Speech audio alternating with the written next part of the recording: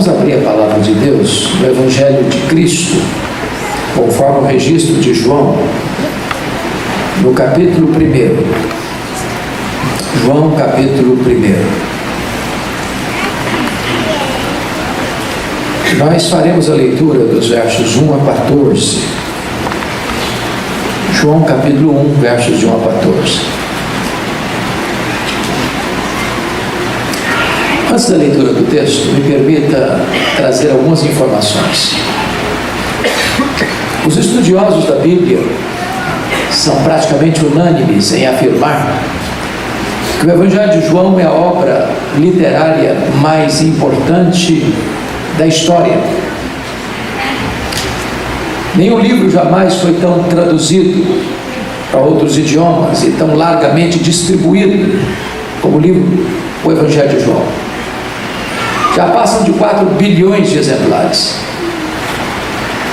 Quando João escreveu este Evangelho, os chamados Evangelhos sinóticos, Mateus, Marcos e Lucas, já circulavam nas igrejas há mais de 20 anos. Quando João escreveu este Evangelho, todos os demais apóstolos já estavam mortos, e todos mortos pelo viés de martírio. João escreveu este Evangelho no final do primeiro século, para defender a fé cristã de um ataque muito perigoso, que quase devasta a igreja nos 3 primeiros séculos, uma heresia chamada de gnosticismo, uma espécie de concubinato entre a fé judaica e a filosofia grega. Vocês têm ciência, com certeza, de que o Império Romano dominou o mundo naquele tempo, mas não as ideias. A filosofia grega, o pensamento grego, a cultura grega, a chamada helenização, dominou o mundo e formatou a mente das pessoas. Um dos pilares desse pensamento era o chamado dualismo. Para os gregos, a matéria que você tange, toca, vê e apalpa é essencialmente má. O espírito imaterial e invisível, para eles, era essencialmente bom. Desta maneira, os gregos não acreditavam na criação, na encarnação, nem na ressurreição. Na cabeça deles, Jesus não podia ser Deus, porque se ele tinha um corpo físico, material, e ele tinha, se na mente deles a matéria era essencialmente má, então Jesus não podia ser essencialmente bom. Se ele não podia ser essencialmente bom, então ele não podia ser Deus. Então começa a se negar a divindade de Cristo já no final do primeiro século. E se nós olharmos para frente, os concílios gerais da igreja trataram exatamente da doutrina de Cristo por causa dessa influência. Então João vai escrever este Evangelho para defender uma tese. Qual tese? É que Jesus Cristo é verdadeiramente Deus, sem deixar de ser verdadeiramente homem. Ele não deixou de ser Deus ao encarnar-se. Ele não deixou de ser homem ao retornar para o céu como Deus. E aqui na introdução deste Evangelho, João está como que abrindo as cortinas da eternidade, acendendo as luzes no palco da história e revelando-nos Jesus, o nosso glorioso Redentor. E ao fazê-lo, João diz assim: no princípio era o Verbo, e o Verbo estava com Deus, e o Verbo era Deus. Ele estava no princípio com Deus. Todas as coisas foram feitas por intermédio dele, e sem ele nada do que foi feito se fez. A vida estava nele, e a vida era a luz dos homens. A luz resplandece nas trevas, e as trevas não prevaleceram contra ela. Houve um homem enviado por Deus, cujo nome era João. Este veio como testemunha para testificar a respeito da luz, a fim de todos virem a crer por intermédio dele. Ele não era luz, mas veio para testificar da luz, a saber, a verdadeira luz que vinda ao mundo ilumina a todo homem. O Verbo estava no mundo, o mundo foi feito por intermédio dele, mas o mundo não o conheceu. Veio para o que era seu e os seus não o receberam. Mas a todos quantos o receberam, deu-lhes o poder de serem chamados filhos de Deus, a saber, aos que creem no seu nome, os quais não nasceram do sangue, nem da vontade da carne, nem da vontade do homem, mas de Deus. E o Verbo se fez carne e habitou entre nós, cheio de graça e de verdade, e vimos a sua glória, glória como do unigênito do Pai. Amém.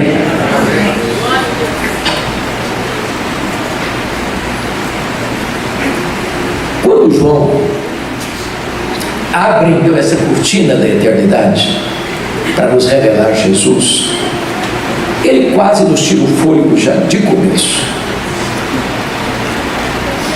Porque vocês percebem o que está escrito aí: no princípio era o Verbo.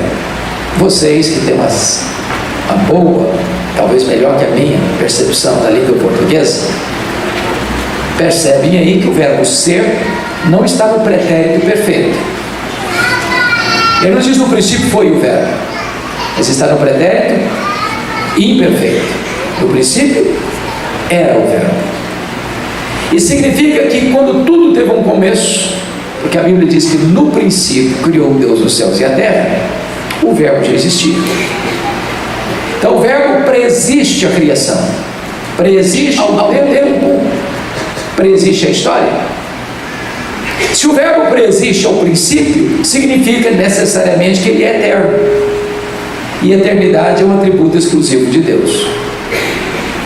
Então João já abre a sua obra provando a tese, porque só Deus é eterno, e se o verbo é eterno, então ele é Deus. Esse é um conceito para nós complexo, porque nós entendemos um pouquinho de tempo. Nós entendemos um pouquinho de tempo. Pode baixar um pouquinho o retorno para mim. Nós entendemos um pouquinho de tempo, mas nós não entendemos bem o que é eternidade. Eu explico. Imagine que você conseguisse, num 1.000.000 de anos, tirar um dia. Se você tira um dia de 1.000.000 de anos, você não tem mais 1.000.000 de anos, certo? Claro. Mas se eu lhe perguntar, e se você tirar 1.000.000 de anos da eternidade, quanto sobra? A eternidade. E se eu tirar 1 bilhão de anos da eternidade, sobra quanto? A eternidade. Logo, a eternidade não é tempo. Logo, você e eu não entendemos tão bem o que é eternidade. Sabe por quê? Porque a eternidade é um atributo exclusivo de Deus, e o verbo é eterno, portanto ele é Deus. E o verbo estava com Deus. Essa expressão significa que ele estava face a face com Deus. Ora, se Deus é um ser pessoal, e Deus é, e se o verbo estava face a face com ele, significa que o verbo não é um ser impessoal, como pensavam os gregos, mas é um ser pessoal, da mesma essência, da mesma substância de Deus. Nas palavras do credo niceno, Deus de Deus, luz de luz, coigual, coeterno e consubstancial com o Pai. E João emenda e diz: o verbo era Deus. Não ser apenas inferior a Deus, como pensará Ario de Alexandria, não apenas um ser superior aos anjos, mas um ser da mesma essência de Deus, tendo os mesmos atributos de Deus, realizando as mesmas obras de Deus. Então, eu preciso concordar com o pensador cristão C.S. Lewis quando disse o seguinte: com respeito a Jesus, você só tem 3 opções: ou ele é um mentiroso, ou ele é um louco, ou ele é Deus. Se ele não é quem ele disse ser, é um mentiroso. Se ele não é quem ele pensou ser, é um louco. Mas se ele é quem ele disse ser, então ele é Deus. Pois foi ele quem disse: quem me vê a mim, vê o Pai, porque eu e o Pai somos um. Só nos resta fazer o que Tomé fez: curvarmos-nos aos seus pés e dizer: Senhor meu e Deus meu. Então o verbo é eterno, o verbo é pessoal e o verbo é divino. Mas ele vai dizer que o Verbo estava com Deus, no princípio. Mas não estava lá apenas passivamente, porque no princípio criou Deus os céus e a terra. O Verbo estava lá quando os céus e a terra foram criados de forma ativa, porque o verso 3 é categórico: todas as coisas foram feitas por intermédio dele, e sem ele nada do que foi feito se fez. Meus irmãos, esse versículo é espantoso. Sabem por quê? Porque ele coloca o machado da verdade na raiz de algumas teorias tão populares nos nossos dias. Por exemplo, esse versículo reprova a ideia de que a matéria é eterna. Os gregos pensavam que a matéria era eterna. Não, a matéria não é eterna, a matéria foi criada. Eterno só Deus o é. Ele chamou à existência as coisas que não existiam. Segundo, esse versículo reprova a ideia da teoria da geração espontânea, que o mundo surgiu espontaneamente, que o mundo passou a existir de moto próprio. Não, o mundo não gerou a si mesmo. Ele não surgiu espontaneamente. Ele foi chamado à existência. Ele foi criado. Sem matéria pré-existente, o Verbo criou todas as coisas. Terceiro, esse versículo reprova a ideia da teoria do Big Bang, de que o mundo surgiu mediante uma mega explosão casual. Não, isso não é a expressão da verdade. Sabem por quê? Porque o caos não produz o cosmos, porque a desordem não produz a ordem. Pense comigo, seria mais fácil você e eu acreditarmos que se nós jogarmos 1 bilhão de letras para o espaço e elas caíssem como uma grande enciclopédia, do que eu acreditar que uma mega explosão cósmica produziu esse universo tão vasto, com leis tão precisas, com movimentos tão harmônicos. Então é necessário imaginar o seguinte: é preciso ter mais fé para ser um ateu e para ser um crente. Pense comigo, por que nós estamos no planeta Terra? Será que nós ganhamos a loteria milhares de vezes?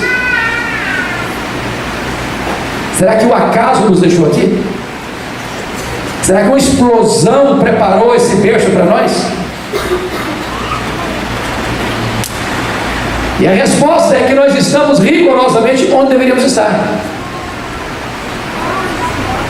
Por exemplo, se nós estivéssemos mais afastados do Sol, morreríamos congelados. Se nós estivéssemos mais próximos do Sol, nós morreríamos queimados. Não foi uma explosão que nos deixou aqui, foram as mãos do nosso glorioso Redentor. Pense comigo na Lua. Vocês bem sabem que a Lua é a faxineira do planeta Terra. Não era as suas fases, não haveria as marés dos oceanos. Se não houvesse as marés dos oceanos, as praias estariam lixo e a vida seria sem no nosso planeta. Não foi uma explosão que deixou no nosso planeta. Foram as mãos do nosso glorioso Redentor. Todas as coisas foram feitas por intermédio dele, e sem ser nada do que foi feito se fez. Mas esse versículo reprova também a ideia de que o mundo é resultado de uma evolução de milhões e milhões e milhões de anos. Vocês sabem que em 1859 Charles Darwin publicava em Londres o seu livro A Origem das Espécies. Esse livro tem nada menos do que 800 verbos no futuro do subjuntivo. Suponhamos.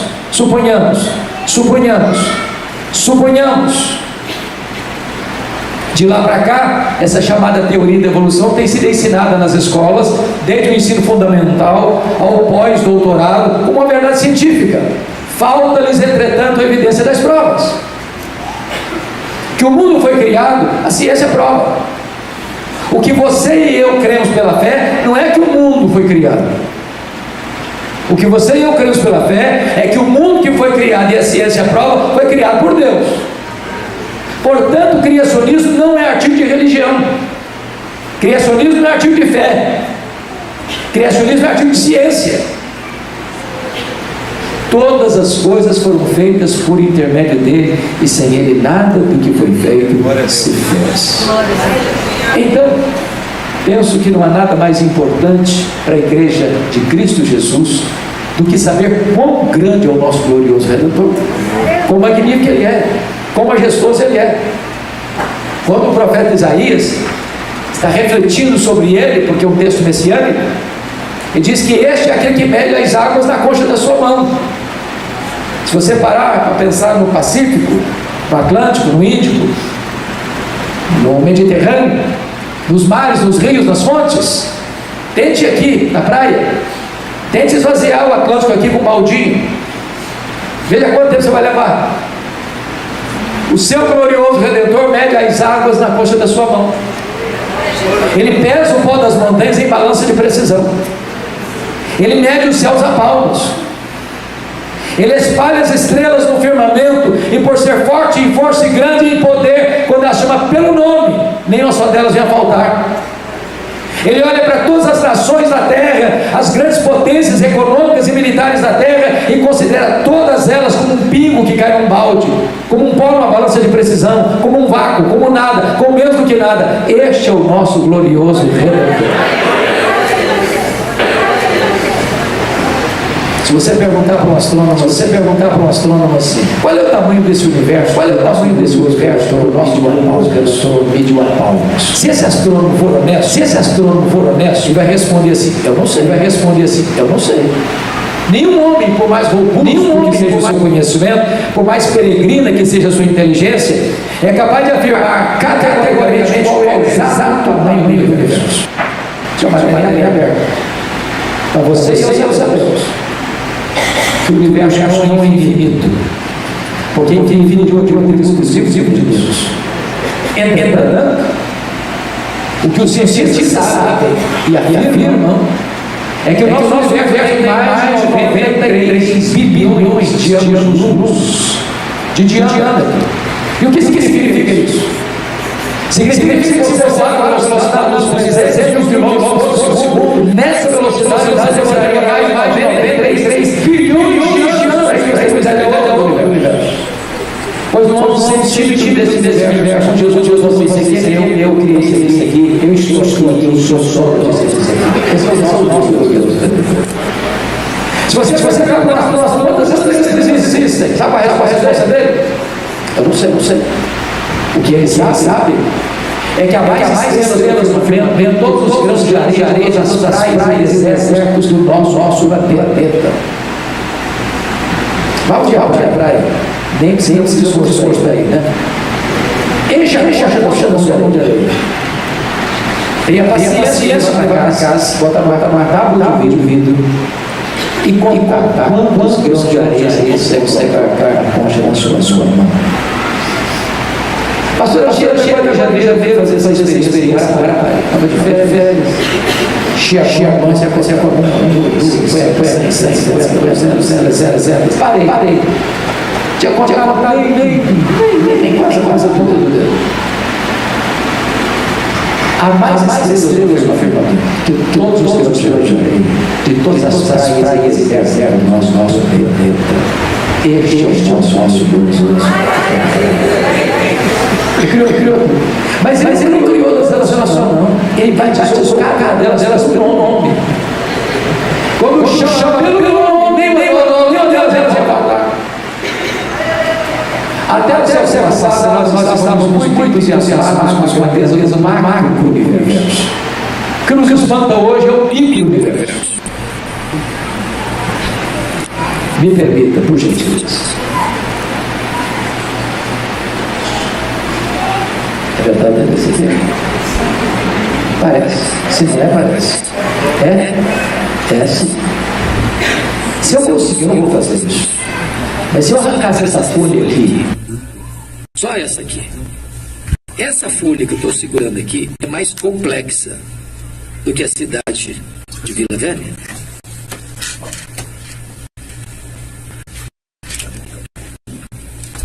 Se você for na sua geladeira e pegar um ovo e quebrá-lo numa frigideira, aquela gema é mais complexa do que qualquer máquina que o homem jamais inventou. Dr. John Wilson, catedrático de Harvard, uma das maiores autoridades em oftalmologia no mundo, diz que você e eu temos em torno de 10 milhões de fios duplos encapados em cada um dos nossos olhos. Se não for assim, abrir um curto-circuito, ficaríamos cegos. Dr. Marshall Nirenberg, prêmio Nobel de Biologia, fez uma das mais fantásticas descobertas do século passado. Descobriu que você e eu temos mais de 60 trilhões de células vivas no nosso corpo, onde estão gravados e computadorizados todos os nossos dados genéticos, a cor dos nossos olhos, a cor da nossa pele, o nosso temperamento. Você poderia empacotar na cabeça de um alfinete todos os dados genéticos dos mais de 8 bilhões de habitantes do planeta. Cada célula dessa tem, ele descobriu, 1,70 m de fita DNA, onde estão gravados e computadorizados todos os nossos dados genéticos. Você pega essa fita DNA do seu corpo e espichá-la, você tem no seu corpo 102 trilhões de metros de fita DNA, você tem 102 bilhões de quilômetros de fita DNA no seu corpo, e dá para dar diversas voltas no sistema planetário. Dr. Lowe vai afirmar mais tarde: códigos de vida não se originam espontaneamente, nem por uma evolução de milhões e milhões de anos. Códigos de vida foram plantados em você pelo Deus Todo-Poderoso, Criador dos céus e da terra, e esse é o nosso glorioso Redentor. Quando você chega no verso 4, João quase nos tira o fôlego de novo, porque ele diz assim: a vida estava nele, e a vida é a luz dos homens. Sabe o que significa isso? Tudo que existe porque recebeu vida dele. Anjos, homens, animais, universo, enfim. Mas alguém pergunta: mas então quem criou Deus?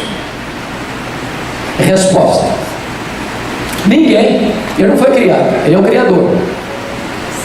Mas alguém ainda pergunta: mas então quando ele passou a existir? Resposta: ele não passou a existir, ele é eterno, ele é o Pai da eternidade. O simples fato de você e eu estarmos aqui nesta tarde é uma prova que ele existe. Porque a Bíblia diz dele: vivemos, nos movemos e existimos. Ele quem nos dá vida, a respiração e tudo mais. Se ele fechar a torneira de oxigênio, você e eu caímos e viramos pó. Ele é o autor da vida, ele é o mantenedor da vida. Mas o texto diz que a luz resplandece nas trevas, e as trevas não prevaleceram contra ela. Isso é espantoso, sabe por quê? Não tem páreo para Jesus. Nem você nem eu jamais vimos e jamais veremos, em qualquer lugar ou em qualquer tempo, a luz ter medo das trevas. Por mais trevosa que seja a treva, quando a luz chega, a treva tem que ir embora. Aonde Jesus chega, chega a cura, chega a libertação, chega o perdão, chega a salvação, chega a redenção.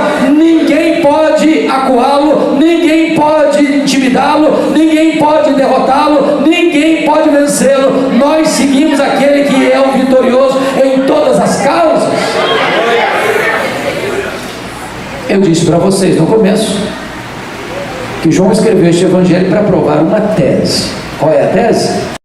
Jesus Cristo é verdadeiramente Deus.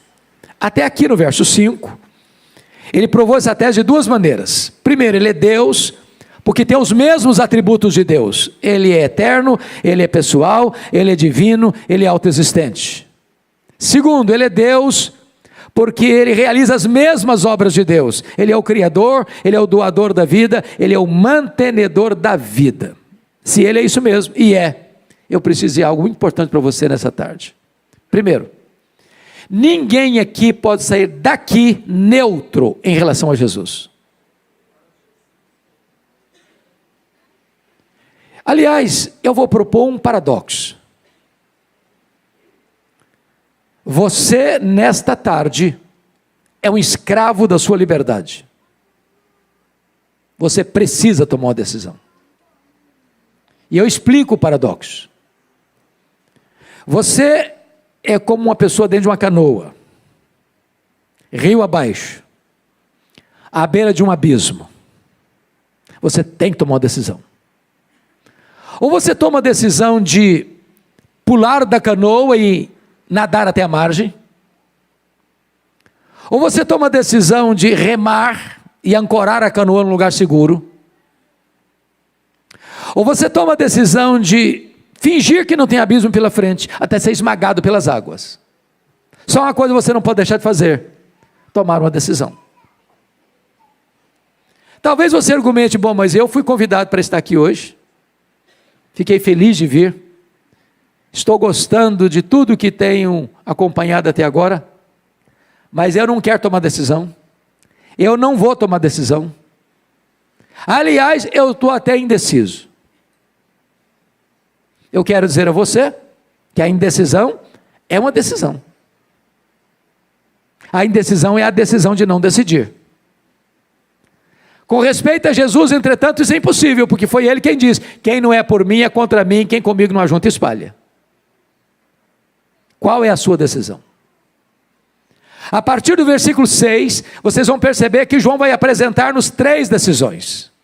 A primeira delas, nos versos 6 a 9, confira aí. Houve um homem enviado por Deus, cujo nome era João. Este veio como testemunha para testificar a respeito da luz, a fim de todos irem a crer por intermédio dele. Ele não era luz, mas veio para testificar da luz, a saber, a verdadeira luz que vindo ao mundo ilumina todo homem. Está falando de João Batista. E qual foi a decisão de João Batista? A Bíblia diz que quando ele pregava no deserto, multidões fluíram para lá, e ele pregava batismo de arrependimento para remissão de pecados. E diz a Bíblia que as multidões estão lá, que os cobradores de impostos estão lá, que os soldados estão lá, que os fariseus estão lá, que os saduceus estão lá, e de repente toda a multidão começa a cogitar algo, unanimemente. Esse João não é o precursor do Messias, não. Esse João é o próprio Messias. E essa pergunta beija os ouvidos de João Batista, com aquela voz sedosa e aveludada da serpente, perguntando assim: porventura, tu não és o próprio Cristo? Olha a tentação aí. Olha a tentativa de botar um homem no pedestal aí. Se João tivesse engolido aquela isca venenosa, ele poderia pensar assim: bom, quer dizer, pensando bem, eu acho que eu sou um fenômeno. Tem 400 anos que ninguém junta tanta gente num deserto como eu. Se eu me declarar Messias aqui, o povo já tem do meu lado. Muitos outros já haviam se declarado Messias até João. Ele era o candidato apoiado pela população toda que estava lá no deserto. Mas ele não engoliu a isca venenosa, não. Ele foi categórico, ele disse assim: eu não sou Messias, não. Eu vim preparar o caminho do Messias. Eu não sou o verbo, não. Eu sou apenas uma voz que clama no deserto. Eu não sou a luz, não. Eu aponto para Jesus e digo: este é a verdadeira luz que vindo ao mundo e ilumina todo homem. Eu não sou o cordeiro, não. Eu aponto para Jesus e digo: este é o cordeiro de Deus que tira o pecado do mundo. Eu não sou o noivo, não. Eu sou apenas um amigo do noivo. Eu batizo com água, mas aquele que vem depois de mim é mais poderoso do que eu, e ele vos batizará com o Espírito Santo e com fogo. Eu não sou nem sequer digno de me curvar, desatar as correias das suas sandálias. Eu tenho um lema de vida: convém que ele cresça e que eu diminua. O que João está nos ensinando, irmãos, que toda glória dada ao homem é vanglória, é glória vazia, é idolatria, é abominação para Deus, porque Deus não divide a sua glória com ninguém. A segunda decisão está aí nos versículos, confira comigo, versículos 10 e 11, é a rejeição de Jesus. O que está escrito no verso 10? O verbo estava no mundo, o mundo foi feito por intermédio dele, mas o mundo não o conheceu. Veio para o que era seu, e os seus não receberam. Notinha de rodapé, notinha de rodapé. Me respondam por favor aí, quantas vezes aparece a palavra mundo no verso 10? Pode me responder, quantas vezes? 3 vezes. Na língua grega é a mesma palavra, cosmos, cosmos, cosmos. Mas olha que coisa intrigante. Num único versículo, uma mesma palavra é repetida 3 vezes. E cada vez que ela aparece, ela tem um significado diferente. O verbo estava no mundo. Que mundo? Mundo geográfico. O mundo foi feito por intermédio dele. Que mundo? Mundo material. O mundo não o conheceu. Que mundo? O mundo das pessoas. Então, ao ler sua Bíblia, preste atenção, porque às vezes uma mesma palavra repetida num mesmo versículo pode ter significados diferentes. Mas agora ele vai explicar no verso 11: veio para o que era seu e os seus não o receberam. Quem são os seus aí? Povo de Israel, povo judeu. E por que o povo de Israel não o recebeu? Falta de luz? Não. Falta de olhos? Falta de evidências? Não. Falta de fé. Irmãos, todo o Antigo Testamento aponta para Jesus. Jesus é a semente da mulher, Jesus é o descendente de Abraão, Jesus é o Cordeiro da Páscoa, Jesus é representado pela coluna de nuvem, pela coluna de fogo, Jesus é representado pelo maná e pela água que brotava da rocha, Jesus é representado pelo tabernáculo, Jesus é representado pela arca da aliança, Jesus é representado por aquilo que estava dentro da arca, as tábuas da lei, o vaso com maná, a vara seca de Arão que floresceu. Jesus é representado pelo templo, Jesus é representado pelas festas, Jesus é representado pelos sacrifícios, Jesus é representado pelo sábado. Tudo era sombra dele. Ele é a realidade. Na plenitude dos tempos, ele veio, nascido de mulher, nascido sob a lei, para ser o nosso Redentor. O Verbo se fez carne, e ele andou por toda parte, libertando os oprimidos do diabo. Os cegos viram, os surdos ouviram, os mudos falaram, os coxos andaram, os mortos ressuscitaram, mas os seus não o receberam.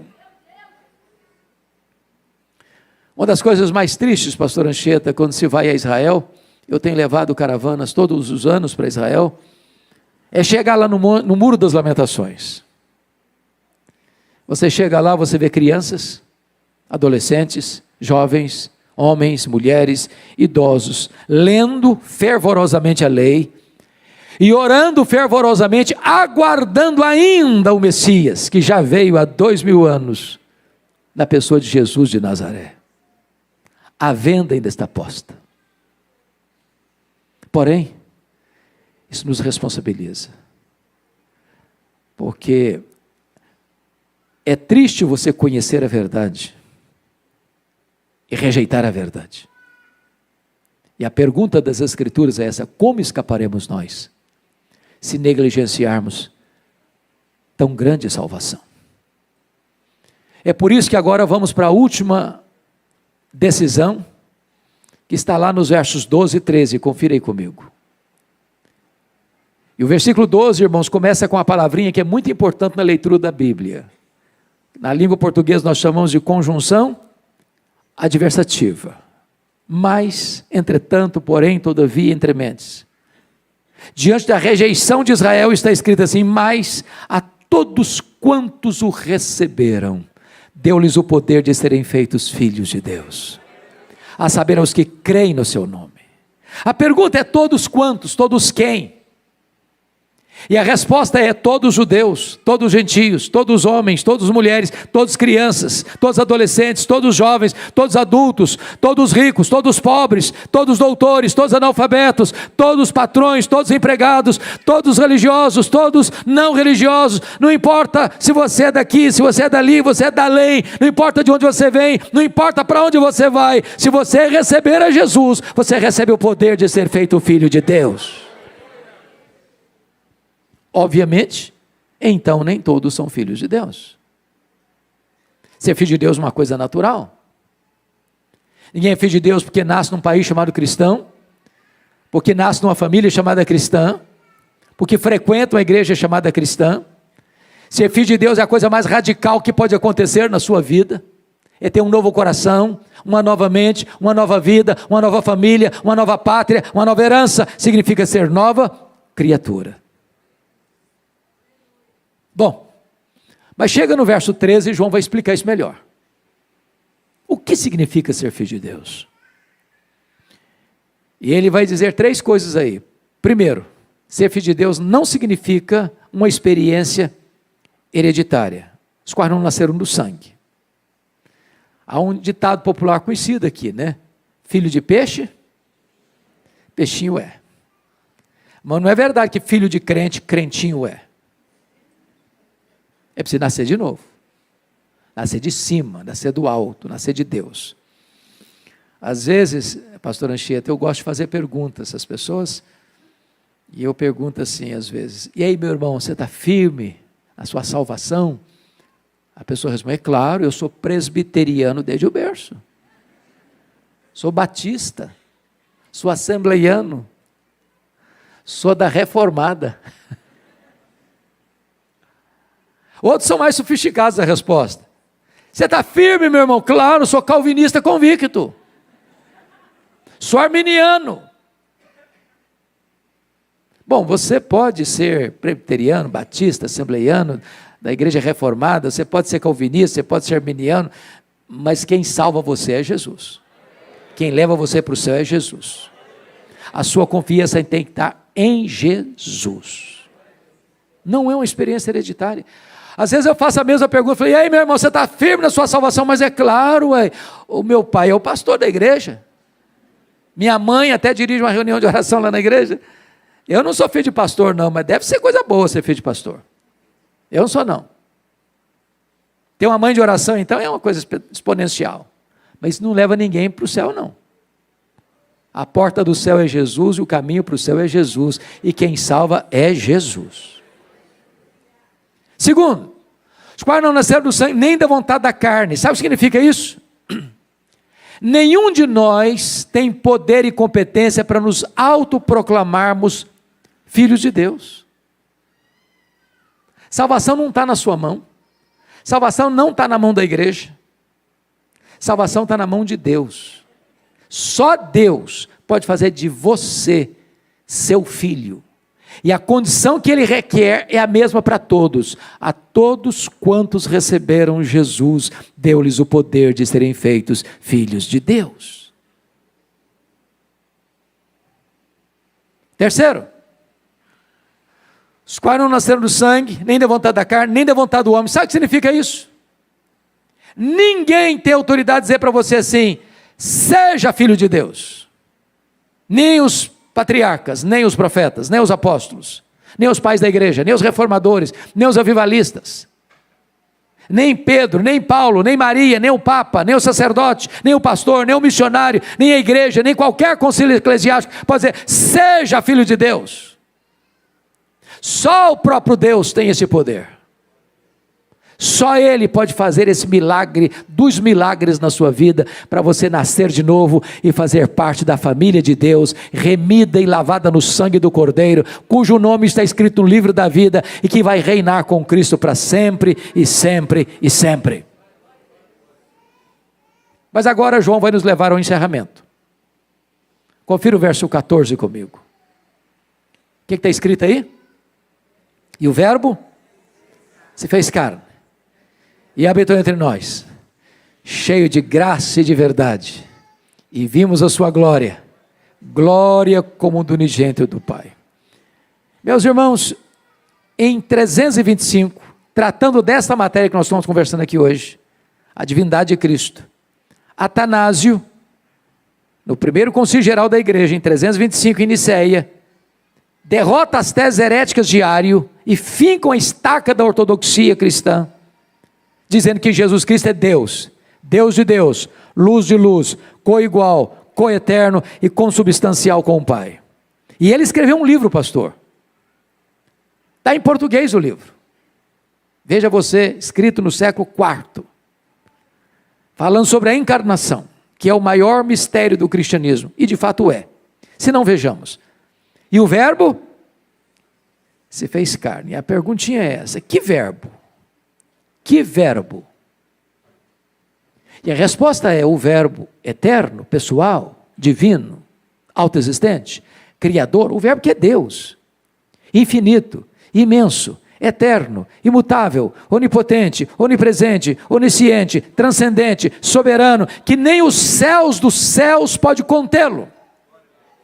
Agora Filipenses 2,6 diz que esse verbo a si mesmo se esvaziou. Ele não foi esvaziado, ele se esvaziou. Como se esvaziou? Os céus dos céus não pode conter, ele foi se esvaziando, e se esvaziando, e se esvaziando, e se esvaziando, e se esvaziando, e se esvaziando, a ponto de se transformar em um zigoto, um embrião, um feto, um bebê que nasceu de uma virgem, foi enfaixado em panos, colocado num coxo de animal, uma manjedoura.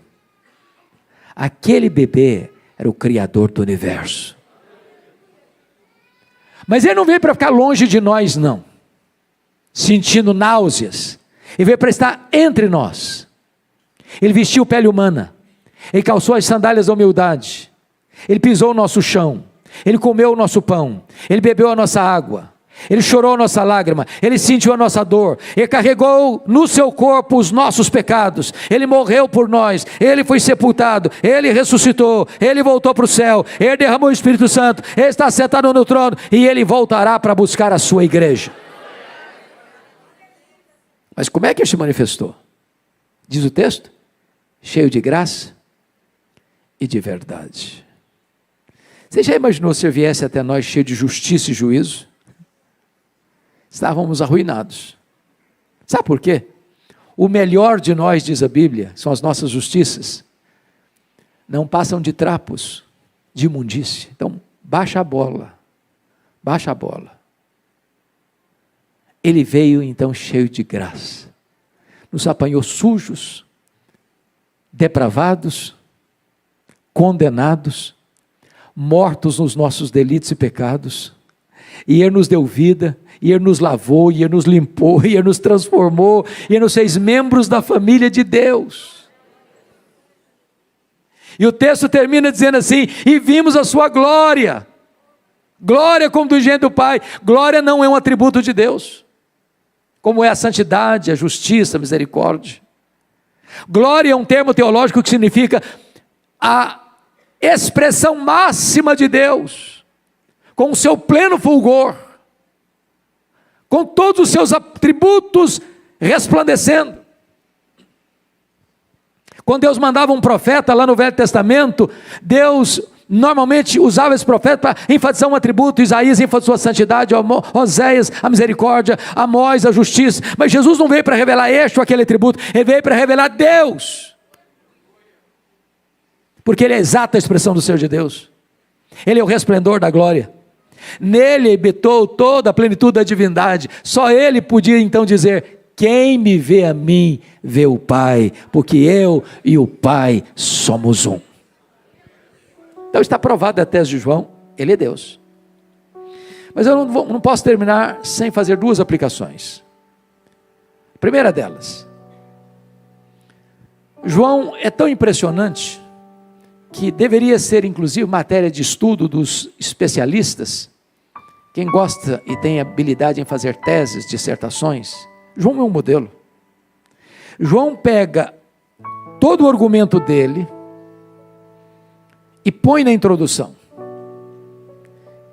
e prova que Jesus é Deus por duas razões: porque tem os mesmos atributos, porque realiza as mesmas obras. Quando você vai para o restante do Evangelho, ele segue a mesma toada. E ele vai provar que Jesus Cristo é Deus, porque ele faz as mesmas obras de Deus.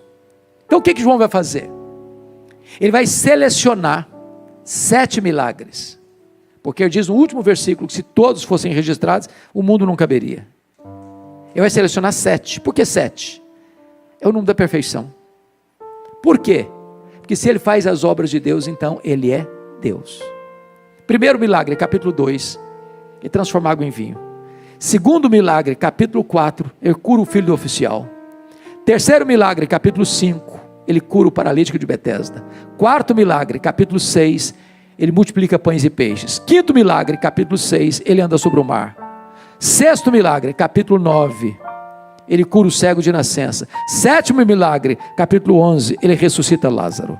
Se ele faz as obras de Deus, então ele é Deus. Então está provada a tese de João. Mas segundo, ele é Deus, porque ele tem os mesmos atributos de Deus. O que João vai fazer? Vai pegar João 8:58. Antes que Abraão existisse, eu sou. Eu sou é o grande nome de Deus revelado a Moisés no Sinai. É a palavra Iavé ou Javé. O que João vai fazer? João vai selecionar 7 declarações de Jesus, eu sou, para mostrar que ele tem os mesmos atributos de Deus, portanto ele é Deus. Em primeiro lugar, João 6:35, eu sou o pão da vida. Segundo, João 8,12, eu sou a luz do mundo. Terceiro, João 10,9, eu sou a porta. Quarto, João 10,11, eu sou o bom pastor. Quinto, João 11,25, eu sou a ressurreição e a vida. Sexto, João 14,6, eu sou o caminho, a verdade e a vida. Sétimo, João 15,1, eu sou a videira verdadeira. Se ele tem os mesmos atributos de Deus, então ele é Deus. Está provada a tese de João. Mas a segunda aplicação para mim é um mistério. Dessas 7 declarações, uma Jesus compartilha com a igreja. Só uma. Ele diz em João 8,12 assim, eu sou a luz do mundo.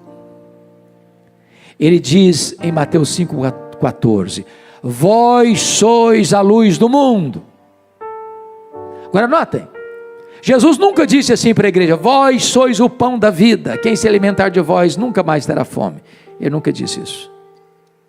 Jesus nunca disse assim para a igreja, vós sois a porta, quem entrar por vós entrará e sairá e achará pastagens. Ele nunca disse isso para a igreja. Notem, Jesus nunca disse assim para a igreja, vós sois o bom pastor que deu a vida pela igreja. Ele nunca disse isso para a igreja. Jesus nunca disse assim para a igreja, vós sois a ressurreição e a vida, quem crer em vós não morrerá eternamente. Ele nunca disse isso para a igreja. Jesus nunca disse assim para a igreja, vós sois o caminho e a verdade e a vida, e ninguém vem ao Pai senão por vós. Ele nunca disse isso para a igreja. Jesus nunca disse assim para a igreja, vós sois a videira verdadeira. Ele nunca disse isso para a igreja. Mas Jesus diz, eu sou a luz do mundo. E Jesus diz assim, vós sois a luz do mundo. Como entender este mistério?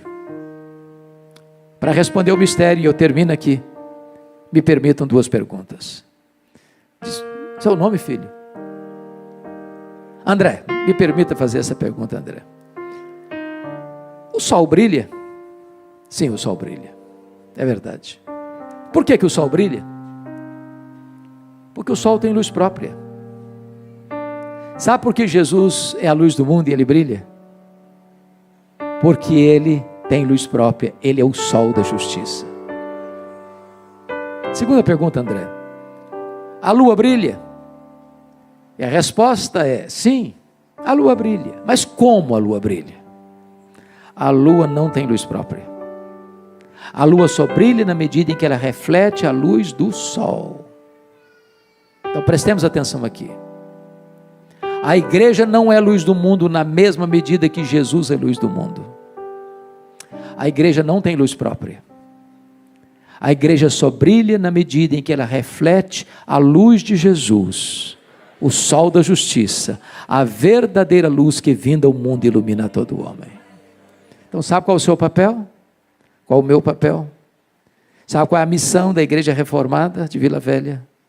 É sair pelas ruas, pelas praças, pelas avenidas, pelos hospitais, pelas universidades, pelo comércio, pela indústria, pelos campos, levando essa luz e deixando essa luz brilhar, para que Vila Velha conheça Jesus Cristo, o nosso glorioso Redentor. Amém.